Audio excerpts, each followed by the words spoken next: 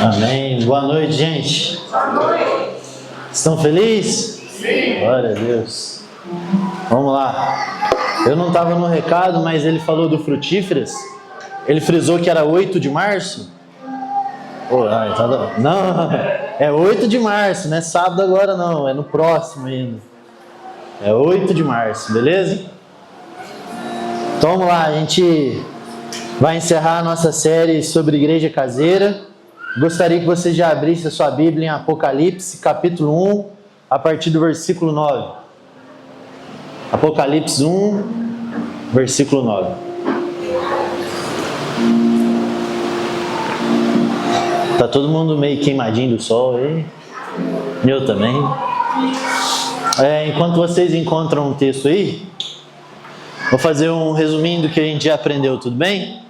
Então, na primeira mensagem, a gente aprendeu que koinonia, comunhão, que é espanhol. Comunhão é ter algo em comum, ser dono da mesma coisa. E nós temos Cristo em comum e ter comunhão é uma questão de fé. Você precisa ter fé para ter comunhão. Na segunda mensagem, a gente aprendeu que igreja caseira não é uma coisa da CMD, mas é um fundamento das Escrituras.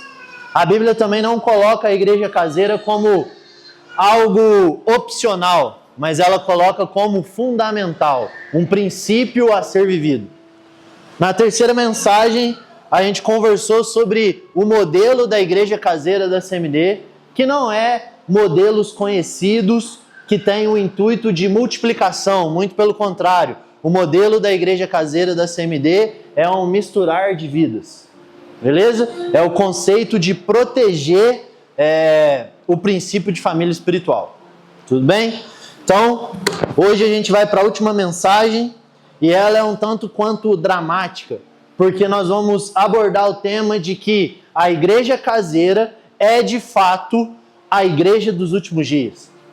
Eu não estou falando o modelo no qual nós vivemos. Eu estou falando que o modelo universal das igrejas dos últimos dias serão igrejas caseiras.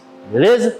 Então vamos ao primeiro texto da noite, que diz o seguinte. Vocês vão perceber que na minha versão vai ter uns acréscimos, porque eu vou ler na versão ampliada, tudo bem? Eu, João, seu irmão e companheiro, que compartilha e participa com vocês na tribulação e no reino, e na paciente perseverança que estão em Jesus Cristo. Estava na ilha chamada Patmos, banido, por causa de meu testemunho da palavra de Deus e do testemunho, a prova, a evidência de Jesus Cristo. Beleza? O que eu queria situar a gente nesse texto é que João, ele faz questão de afirmar que ele está na ilha de Patmos. E nós sabemos que era uma questão de banimento, era uma questão de punição. E ele deixa claro, não é eu que estou pressupondo, ele está afirmando, eu estou banido, eu estou na ilha de Patmos. Por quê? Porque o testemunho de Jesus Cristo. Então nós vemos aqui uma perseguição, nós vemos um homem que está preso porque ele era crente. Beleza? E é a partir desse raciocínio que eu quero conversar com vocês essa noite. E a mensagem de hoje chama Irmão e Companheiro. Porque vocês percebem que João começa dizendo assim: eu, João, irmão e companheiro. Então eu queria que você substituísse eu, Leandro, irmão e companheiro. Eu, Giovanni, irmão e companheiro. E o primeiro atributo nós conversamos durante as 3 mensagens. Nós somos irmãos. Irmãos têm comunhão, irmãos creem na mesma coisa, irmãos se juntam, irmãos se cuidam, porque nós somos irmãos. E o intuito da mensagem hoje é dizer que nós somos companheiros também. Só que aí, companheiro do quê? Você percebe que, de certa maneira, quando você lê esse texto, ele passa desapercebido, porque parece que irmão e companheiro são coisas sinônimos, são coisas semelhantes. Eu sou seu irmão e companheiro. mas na verdade não. Eu posso ser seu irmão e não ser seu companheiro. Porque o companheiro aqui está falando sobre tribulação. Então ele está falando, e aí igreja, minha irmã, galera que crê na mesma coisa que eu, que vive igreja como eu, que estamos esperando o retorno de Cristo como eu saúdo vocês, que também são meus companheiros na perseguição, são meus companheiros na tribulação, são meus companheiros no que diz respeito a ser perseguido por causa do testemunho de Cristo. Faz sentido? E aí, a partir desse texto, eu queria dizer para vocês que nos últimos dias nós cremos que o modelo da igreja será a igreja caseira, porque nós olhamos para as Escrituras e nós percebemos que haverá uma perseguição contra a igreja. E então será proibido o culto público. Isso que nós estamos fazendo hoje, num tempo, não haverá possibilidade disso. E aí então o que nós faremos? Vamos parar de nos reunir? Vamos parar de partir o pão? Vamos parar de orar? De modo nenhum faremos isso. De que maneira? Reuniões nas casas. Então nós queremos instituir um modelo saudável a partir dessa série, para que a gente comece a crescer nesse raciocínio, para que quando isso instaurar sobre nós, nós estejamos aptos a suportar tal coisa. Faz sentido? E aí você fala assim, tudo bem, Leandro. Já a Bíblia diz que nós vamos ser perseguidos. Mas a partir de qual local você afirma que o modelo então é a igreja caseira? Vamos a algumas estatísticas, tudo bem? Vocês já ouviram falar no Portas Abertas? Todo mundo já ouviu falar? Ouviu? A Larissa já ouviu, ela gosta. Portas Abertas é uma galera que fala sobre a igreja perseguida. Porque nesse exato momento não aconteceu em escala global a perseguição ao cristão. Mas em alguns lugares específicos já acontece a perseguição pelo simples fato de você ser cristão. E aí eu queria ler um relato que está lá no site do Portas Abertas que diz o seguinte: hoje é o mais alto nível de perseguição a cristãos já registrado desde que a lista do Portas Abertas começou a ser publicada. Vocês entendem isso? Eles estão falando assim, cara, o tempo atual nunca houve uma perseguição como antes. E aí sabe o que ele continua dizendo no texto? Ele fala assim, e eu não estou falando apenas em número, mas em nível de agressividade. Entendem isso? E aí sabe quando que a lista começou a ser publicada? 1993. Então fazem 31 anos. E aí, agora é o tempo em que a igreja mais é perseguida e de maneira mais agressiva. E aí existe uma expressão que se chama janela 1040. Alguém já ouviu falar nisso? Essa janela 1040 é um espaço geográfico aonde nesse espaço geográfico foi calculado pelas pessoas que estudam isso, que nessa região específica que abrange alguns países, existe uma pobreza muito grande e também uma perseguição aos cristãos muito grande. Então, dentro dessa janela 1040 é onde estão os países que mais perseguem os cristãos. Faz sentido? E aí, para a gente começar a ir de fato para a mensagem de hoje, eu quero então reduzir a ideia e trazer uma menção que existe no próprio site, que ele é atualizado diariamente, tudo bem? Não é uma coisa que foi escrita e deixado, ele é atualizado diariamente. E lá existem pedidos de oração por países que são países que perseguem os cristãos. E aí, presta atenção na oração que é pedida para os cristãos do Irã. Ore para que Deus proteja as igrejas domésticas secretas e lhes dê um espírito de sabedoria e coragem. Então, o que nós aprendemos com isso? Como que os cristãos no Irã estão sendo igreja? Igreja caseira, de maneira secreta. E aí, se você continua olhando os países, vai aparecer vários países, como também vai aparecer a Coreia do Norte. E vai ter a mesma afirmação: oremos para que as igrejas caseiras secretas não sejam descobertas. Então, nós percebemos então que existe um padrão. Se tem perseguição e é proibido o culto público, para onde que nós vamos? Para as igrejas caseiras. E nós reunimos de maneira secreta. Beleza? Então, pondo esse padrão, eu creio que a gente chegou num lugar onde eu e você enxergamos então que o fim das coisas, onde haverá uma perseguição, nós vamos nos reunir como igreja caseira. Beleza? Só que aí, beleza, Lê, e agora? E aí? Para onde nós vamos? E então eu entro de fato na mensagem. Estamos no tempo de reconstrução e alinhamento dos odres. Porque nós precisamos de odres novos. O que eu estou querendo dizer? Existe um despertar, beleza? Na igreja brasileira, para que ela se reformule, para que ela se reconfigure, para que ela seja odres novos, para que ela consiga adaptar ao tempo que está por vir. Nossa, de onde você está tirando isso? Nós fomos ao encontro do Ticum, no qual eles poderiam falar de diversas coisas, pois eles são uma galera que está disposta a cuidar da igreja, dos pastores e tudo mais. E eles poderiam falar de diversos assuntos, certo? Como na cartilha deles, que eles falam sobre qualquer tipo de coisa. Só que a gente chegou lá e o que era proposto por eles era falar: cara, qual é o tempo de Deus hoje? E aí eles trouxeram a afirmação seguinte: o tempo de Deus hoje é a instituição da igreja caseira para que a gente suporte o fim. Então vocês percebem que eu não estou falando de uma coisa da CMD, eu estou falando de uma coisa nacional. Fez sentido? É o que Deus tem soprado.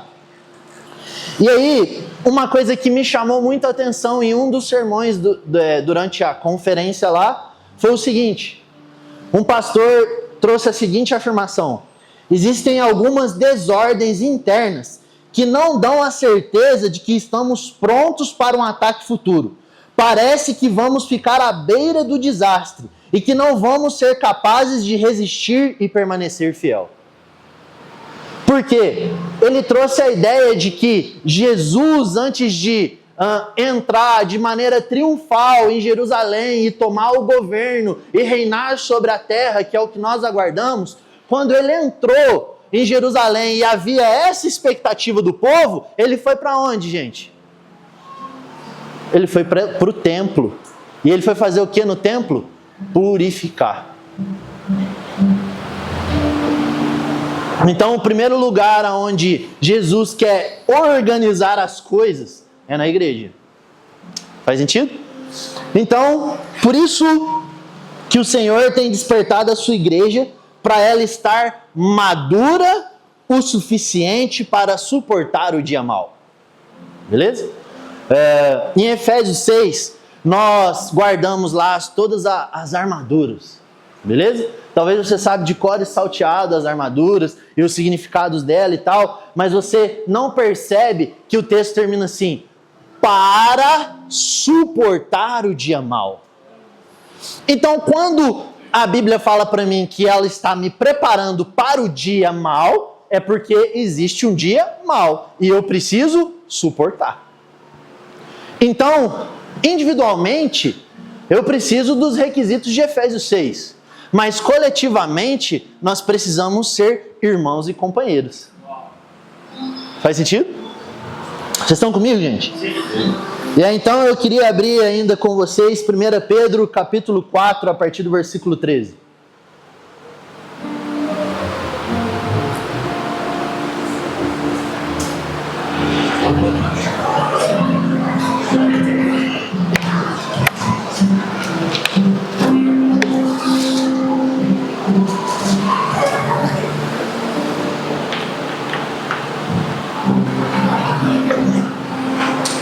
Vocês devem estar tristes, né? Porque a mensagem é: você vai ser perseguido, irmão.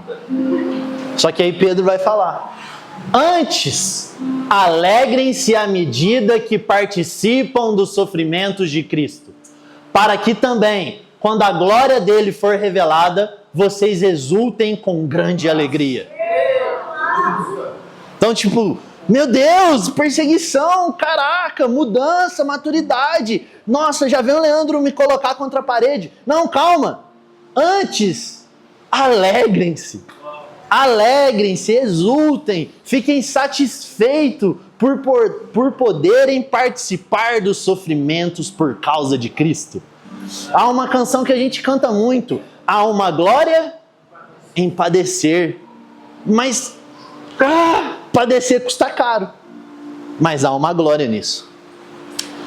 Fez sentido? E aí então, eu preciso abordar alguns fundamentos para que a gente reorganize então a ideia de irmãos e de companheiros para uma igreja futura. E a primeira questão é, o que é igreja? Porque se a ideia de que esse culto público será proibido te aflige, te arrepia, te dá um gelo na barriga, é porque de fato você ainda não compreendeu no que consiste o interior da ideia igreja. Vocês conseguiram entender? Porque se você ainda está se apegado a esse modelo ele apenas serve o que é a igreja. Isso aqui foi construído para servir o que de fato é a igreja. Então, a ideia de eu ir para a igreja caseira, ela não me amedronta, porque isso aqui está apenas servindo a gente. Isso aqui não é igreja. Então, o que é a igreja? Ela não é um prédio. Beleza? Ela não é um endereço, uma geografia, um lugar. Não, isso não é igreja, cara.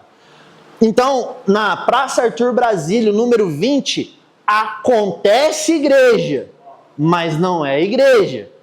Conseguiram entender a diferença? Igreja não é pregação. Não é.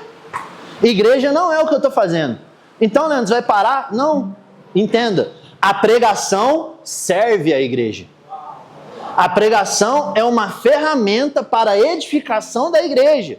Então, igreja não é pregação. É possível viver igreja sem pregação? Com certeza, porque a pregação está te empurrando para a igreja. Faz sentido? Por último, igreja não é hospital. Não é. Por quê? Alguém aqui gosta de ir no hospital caso você não trabalhe lá? Alguém gosta? Tipo, não, que legal, vou lá no hospital agora. Igreja eu gosto de ir, eu gosto de ser, eu gosto de estar.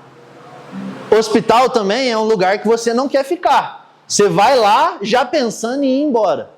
Então igreja não é um lugar onde você deve pensar em abandonar. E hospital é um lugar de uso. É um lugar onde você vai receber o que precisa, você vai embora. Mano, igreja não é um lugar onde você pega o que você necessita e vai embora. Não é sobre isso, é sobre considerar os outros superiores a si mesmo. Então a igreja não é hospital. Então, o que a igreja, Lê? É uma família. Mas, então, o que é uma família? O que me faz ser família do meu pai e família do meu irmão Leonardo? É porque eu e ele temos um ancestral em comum. Fez sentido? Eu e ele temos um ancestral em comum, Sileio. E o que me garante a ancestralidade em comum minha e do Léo? O sangue. Então, família é ter um ancestral em comum por meio de sangue. Então, o que é a igreja? É família. O que é família? Nós temos um ancestral em comum, Jesus Cristo, e nós estamos ligados pelo sangue. Fez sentido? Só que aí começa a primeira coisa. Eu escolhi ser irmão do meu irmão? Não. Então, você escolhe a igreja, mas você não pode escolher quem está dentro dela. Conseguiram entender? Irmão não se escolhe. Você pode falar, cara, eu preciso de uma igreja madura, saudável, papapá, pipipi. E aí você vai e encontra uma igreja na qual você julga estar muito próximo da Bíblia e é ali que você se sente em paz. Show de bola. Mas aí você olha para o lado e você vê alguém que você tem problema. E aí você sai dessa igreja? Não. Você muda. Por quê? Porque irmão não tem como escolher. Eu nasci irmão do meu irmão. Entende?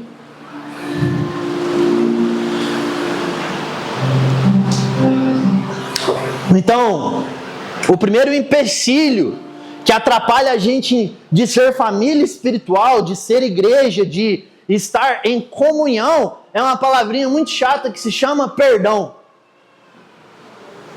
Perdão. Porque toda vez que a gente pensa sobre perdão, a gente pensa sobre o que as pessoas devem contra nós, e não no que nós devemos às pessoas. Então, perdão não é para você lembrar, o meu irmão lá atrás pisou no meu carro. Não, perdão. Nossa, eu preciso perdoar. E aí, tem uma frase do Lutero que eu gosto muito, a gente brinca, o Arthur sempre lembra dela, ela já é um pouco antiga na nossa convivência, que ele fala o seguinte: você não pode impedir que os passarinhos voem sobre a sua cabeça, mas você pode impedir que eles criem um ninho. Então, o que eu estou querendo dizer? Você pode imaginar que a igreja perfeita é a igreja que nunca vai ter problema. Mano, você está completamente enganado. Passarinhos vão voar sobre a sua cabeça. Coisas vão acontecer. Mas você precisa tocar os passarinhos e não deixar com que eles criem ninho na sua mente. Fez sentido? Então a minha promessa para você é o seguinte: eu vou errar com você. Mas não permita com que isso gere ninhos na sua cabeça e gere um sentimento de amargura e anti-perdão. Quem viu a novela Jesus? Isso aí eu acho que não muitas pessoas. Quem viu? Eu vi um pouco. Era bom, era legal. O que eu mais gostei na novela foi que em um determinado capítulo, episódio lá, os discípulos começaram a discutir entre si. E o que era curioso é como se a novela permitisse que a gente visse o espiritual, beleza? Então, enquanto eles estavam discutindo, eles julgavam que eles estavam certos. Mas o que estava acontecendo? A novela permitia com que você visse que o diabo ia e soprava uma coisa no ouvido de um discípulo. E aí então ele se revoltava com outro discípulo, e aí o diabo ia lá no ouvido do outro e soprava uma coisa, e então começava a virar aquele boné velho, aquela discussão e tudo mais. Então o que eu estou querendo dizer? Existe sim pássaros voando aqui agora, mas você faz a escolha de quem você vai ouvir. Fez sentido? Sim. Então, cara, de verdade, viver igreja é desencorajador. É desencorajador, mano. Sabe por quê? Eu tô convidando o pessoal que batizou hoje. Eu falei assim, glória a Deus, vocês são família. Aí agora eu vou falar, então, vocês vão vir pro problema. Vai dar problema, cara. E se não der problema, tá errado. Por quê? Não deu problema é porque não teve relacionamento. Porque relacionamento tem problema. Fez sentido?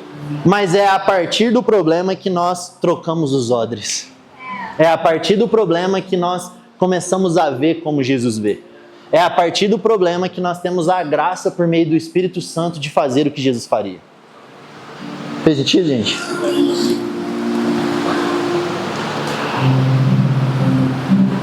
Então, da mesma maneira que você não escolhe família, você não escolhe quem está aqui. Você ama quem tem um ancestral em comum ligado por sangue. E aí eu queria ler um texto, ele é meio chato. 1 Coríntios 3, do 1 ao 3. Porque a sensação que eu tenho quando eu leio esse texto é que saiu uma mão de dentro da Bíblia assim e deu uns 5 tapas na minha cara. Assim, pá, pá, pá, pá, pá. E aí eu quero que vocês tenham esse mesmo sentimento agora. 1 Coríntios capítulo 3, a partir do versículo 1. E aí eu vou ler na minha versão, aquela ampliada, que ela é mais umas 2 a mais do que a outra. Mais 2 esbofeteadas a mais. Diz assim: contudo, irmãos, não pude falar a vocês como a homens espirituais, mas como a não espirituais, homens da carne, a quem a natureza carnal predomina, como a meras criancinhas na nova vida em Cristo. criancinhas ainda incapazes de falar. Eu os alimentei com leite, não com alimento sólido, pois vocês ainda não eram suficientemente fortes para estarem prontos para isso. Mas mesmo agora, vocês ainda não são suficientemente fortes para estarem prontos para isso. Pausa dramática. O que está acontecendo aqui? Paulo falando assim, velho, vocês são tudo criança. Vocês são muito infantil. Vocês são menino ainda. Eu não posso falar coisas para vocês ficarem prontos para o grande dia, porque vocês ainda não suportam isso. Então eu não trouxe nada que é sólido. Eu tenho que ficar dando leite. E Paulo, ele tá bolado porque, presta atenção, ele falou assim, a primeira vez que eu fui, eu dei leite. E tá tudo bem. Uai, você nasceu em Cristo. Só que ele falou, agora eu tô aqui de novo. E eu trouxe alimento sólido, só que eu vou ter que trocar por uma mamadeira. Porque vocês ainda continuam infantis. E se ele para por aqui, ia dar muita margem para a gente falar o que é ser uma pessoa carnal. Porque então ele faz a diferença do seguinte, existem homens espirituais e homens carnais. Vocês estão comigo? Homens carnais bebem leite, homens espirituais comem coisas sólidas. Só que ele vai falar o que é ser carnal, o que é ser infantil. Vamos continuar então.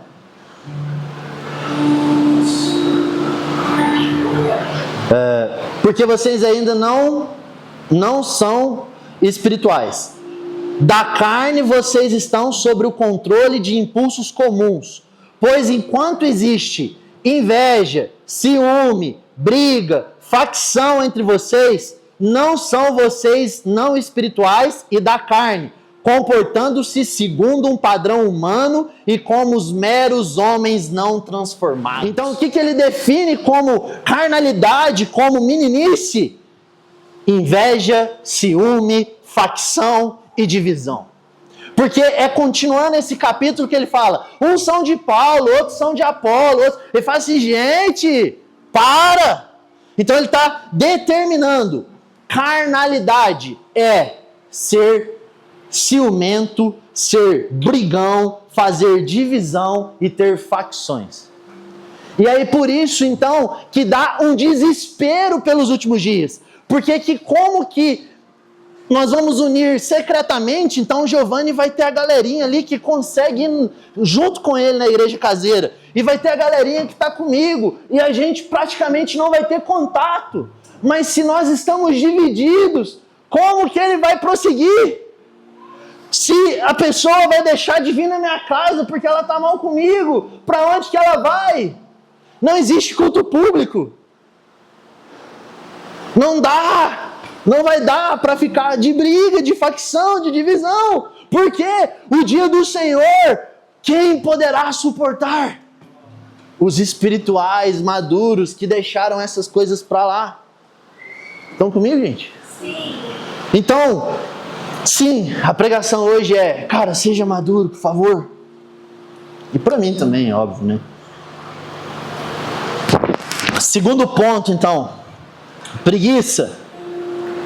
Uma coisa que eu percebo que atrapalha muito o desenvolvimento desse lugar, então, de uma igreja caseira saudável, é a preguiça. E aí eu coloquei a frase que está assim, que, como o Asaf diz, é uma questão de fé para que o que é mais importante seja o primeiro. Vou repetir. É uma questão de fé para que o mais importante seja o primeiro. O mais importante não é o primeiro por desculpas, é por falta de fé. Entende? O que é de fato importante para você vai estar em primeiro lugar, custe o que custar. Estão aí? E aí eu percebo que muitas das vezes a gente não consegue estar nesse lugar. E aí eu ouvi uma explicação, acho que o Giovanni outrora já pregou aqui, mas eu ouvi essa semana de novo, que é tipo assim, por que você está correndo? Vou melhorar minha pergunta. Por que você está fazendo igreja? Por que você está sendo igreja?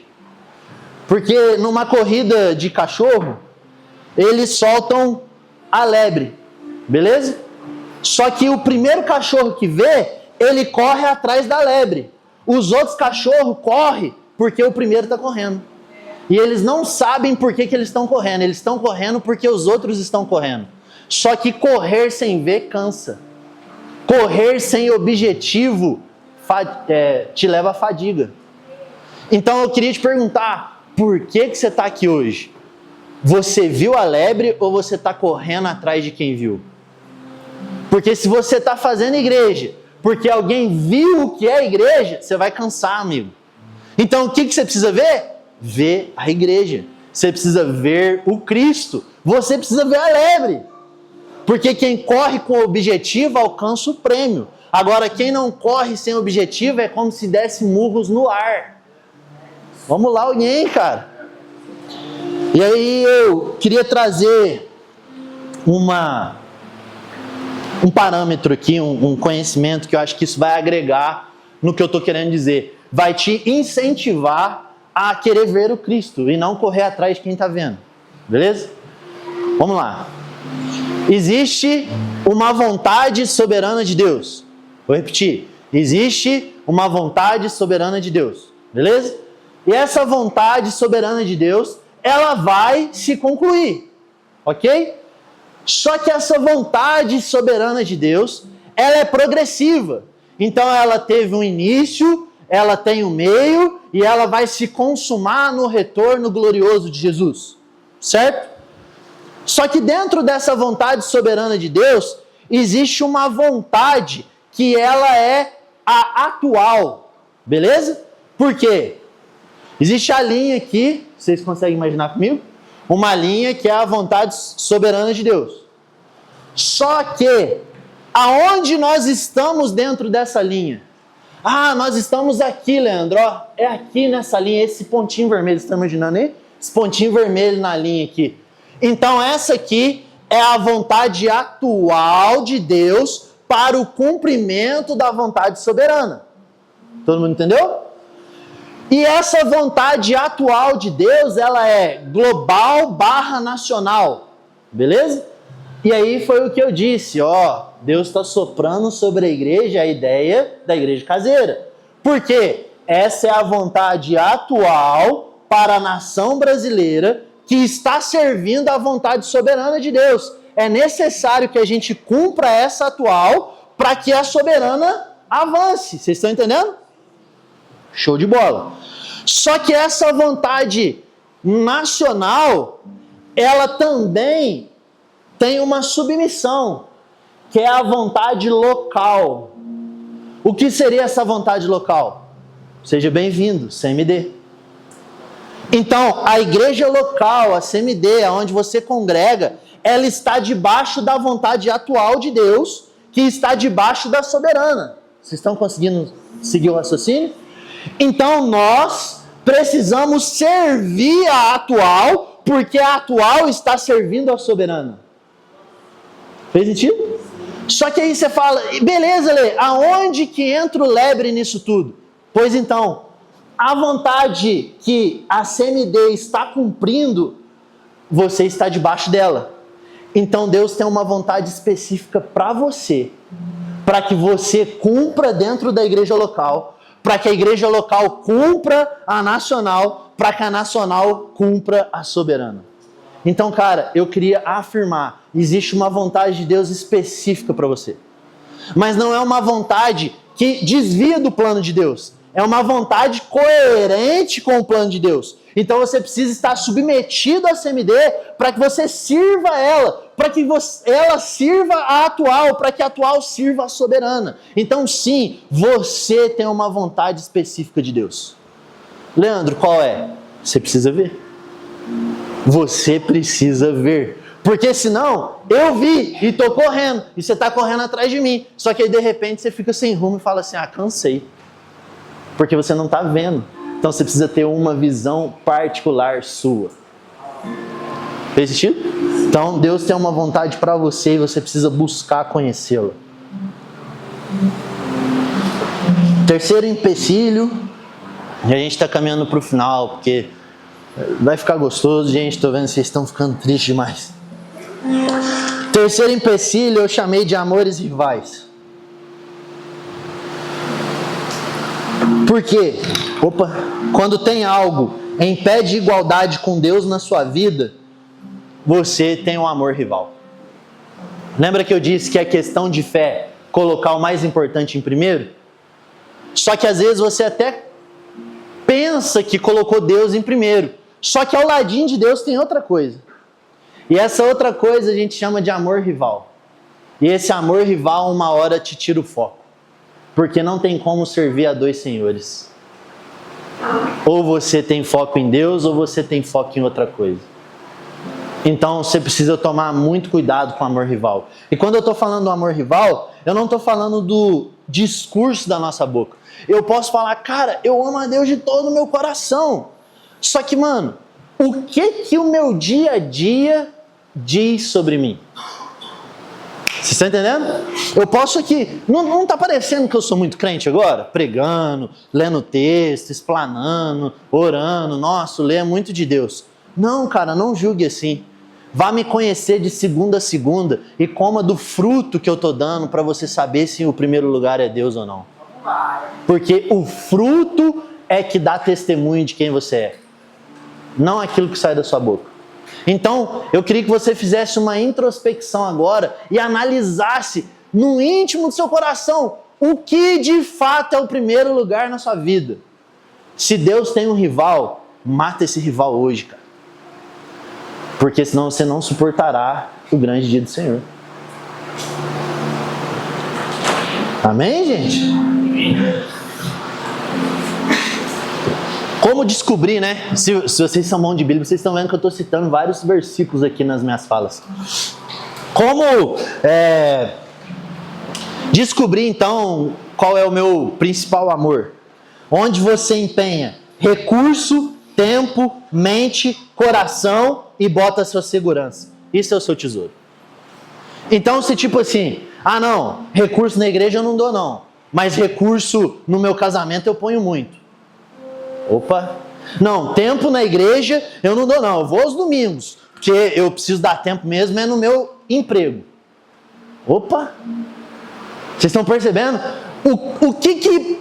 Cara, se eu chegasse no Giovanni e falasse assim, Giovanni, não canta a musiquinha do ano não, eu quero de verdade agora, o que Deus pode tirar da sua vida que vai ficar tudo bem?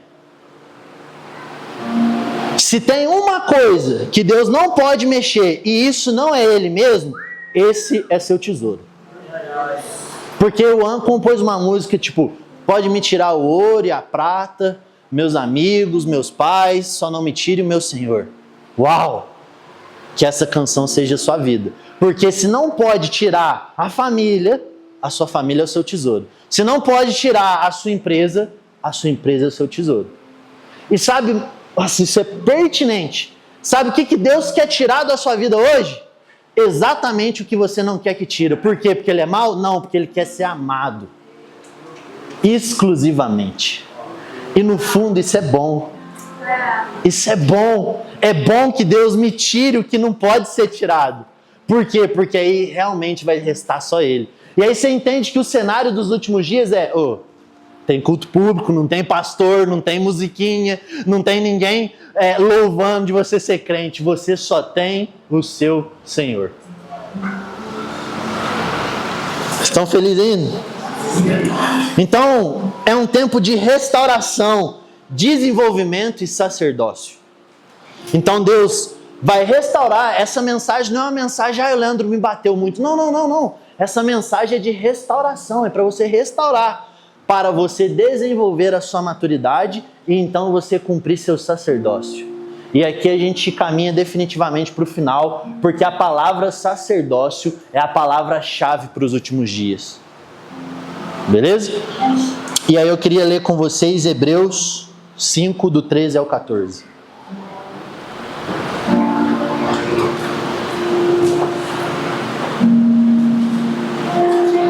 A conferência vai falar sobre sacerdócio, gente. Olha que da hora. Intencionalmente.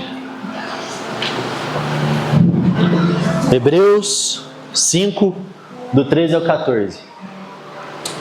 Porque todo aquele que continua a se alimentar de leite é obviamente inexperiente e despreparado na doutrina da justiça, da conformidade com a vontade divina em propósito, pensamento e ação. Perceberam isso? Conformidade com a vontade divina. É tudo o que eu falei sobre a vontade. Foi só para explicar. Pois ele é um mero bebê, ainda incapaz de falar. Mas o alimento sólido é para os homens plenamente crescidos, para aqueles cujos sentidos e faculdades mentais são treinadas pela prática a discriminar e distinguir entre o que é moralmente bom e nobre e o que é mau e contrário, ou a lei divina ou a humana. Trocando em miúdos, Paulo está falando de novo. Gente, sólido para adulto, leite para criança. O sólido consiste em maturidade pelo desenvolvimento e a prática daquilo que você crê. Então, tipo assim, Lê, eu quero ser maduro, o que eu faço? Pratica o que você crê. Não nega o que você crê. Pratica o que você crê. Isso é maturidade. Fez sentido? Praticar aquilo que outrora você aprendeu. Isso é maturidade. E aí então você começa a ganhar o que é sólido. E aí, o sacerdócio, o sacerdote, são os maduros. São aqueles que comem o que é sólido.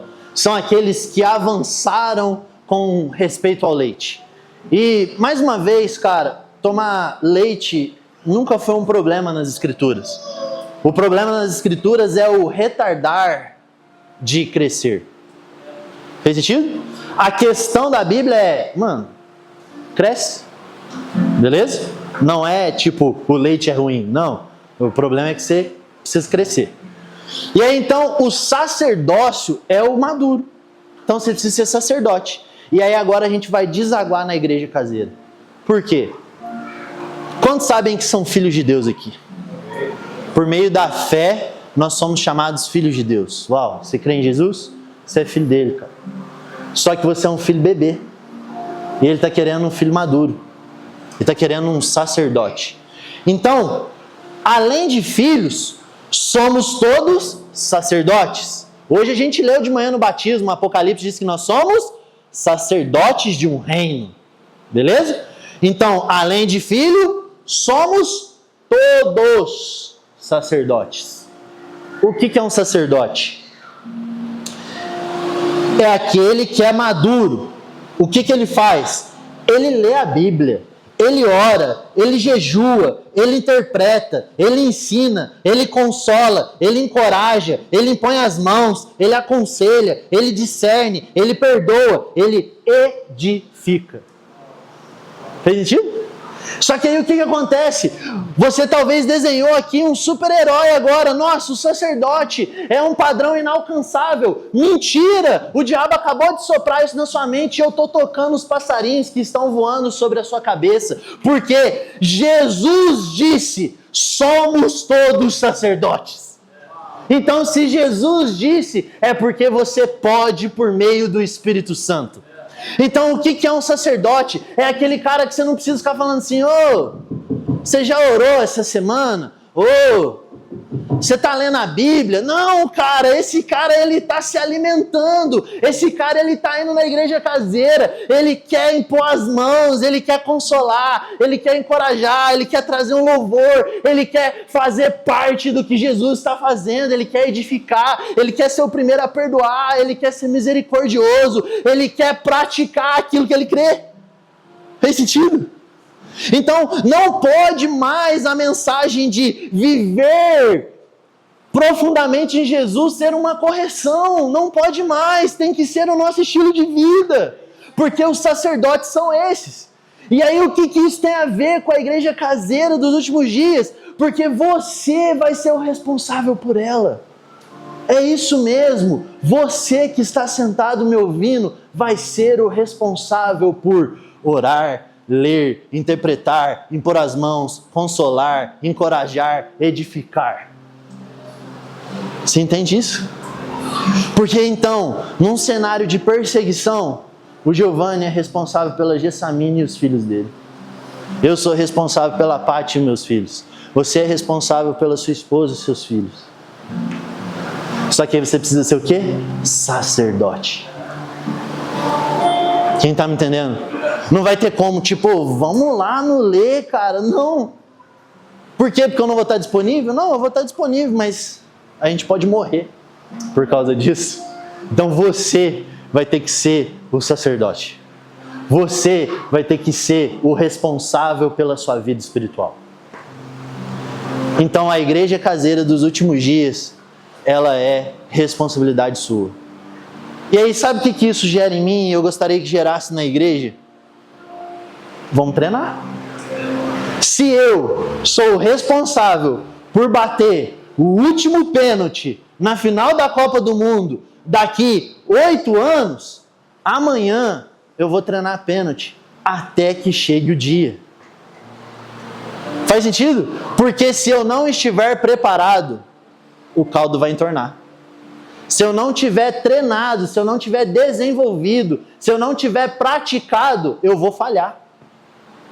Então a igreja caseira hoje é o modelo para você treinar seu sacerdócio, cara. A igreja caseira não é para você ir, para você ouvir o anfitrião, se você vai na mesma igreja caseira que eu, ouvir o pastor, receber uma oração. Não. A igreja caseira é para você exercer seu sacerdócio. É para você consolar, encorajar, impor as mãos, trazer um louvor, orar, perdoar, confessar pecados e partir o pão. Então, vamos trocar aqui, que a nossa igreja caseira então chame-se o desenvolvimento do sacerdócio de cada um. E aí, vamos lá? Por isso então, 4 mensagens para você ir na igreja caseira. Para quê? Para o pastor ficar feliz que um departamento está cheio? Não. Porque os últimos dias requerem um sacerdócio maduro. E se você não treinar, você vai falhar. Você vai falhar. Se você não é fiel no pouco, você não vai ser fiel no muito. Se agora que está de boa, você não consegue, quando apertar, você não vai fazer. Não vai fazer. Então eu queria que essa reflexão ficasse para nós, sabe? E cara, isso é tão radical, mas tão radical pra gente, que eu sei que existem pessoas que talvez não frequentam a nossa igreja caseira hoje, porque o dia não bate. Pois então, isso é tão radical e tão poderoso para nós, que nós vamos estudar uma estratégia de que todos os dias da semana haverá pelo menos uma igreja caseira para que ninguém possa não estar no lugar de treinamento de sacerdócio. Sabe por quê? Sacerdotes não nascem ouvindo pregação, nascem na igreja caseira. Beleza? Então, cara, definitivamente a gente vai ser radical. Por quê, Leandro? Porque existe uma vontade atual e a igreja local vai se submeter. E a sua vontade agora específica é: torne-se um sacerdote. Porque somos todos sacerdotes. Vamos ficar de pé para a gente orar?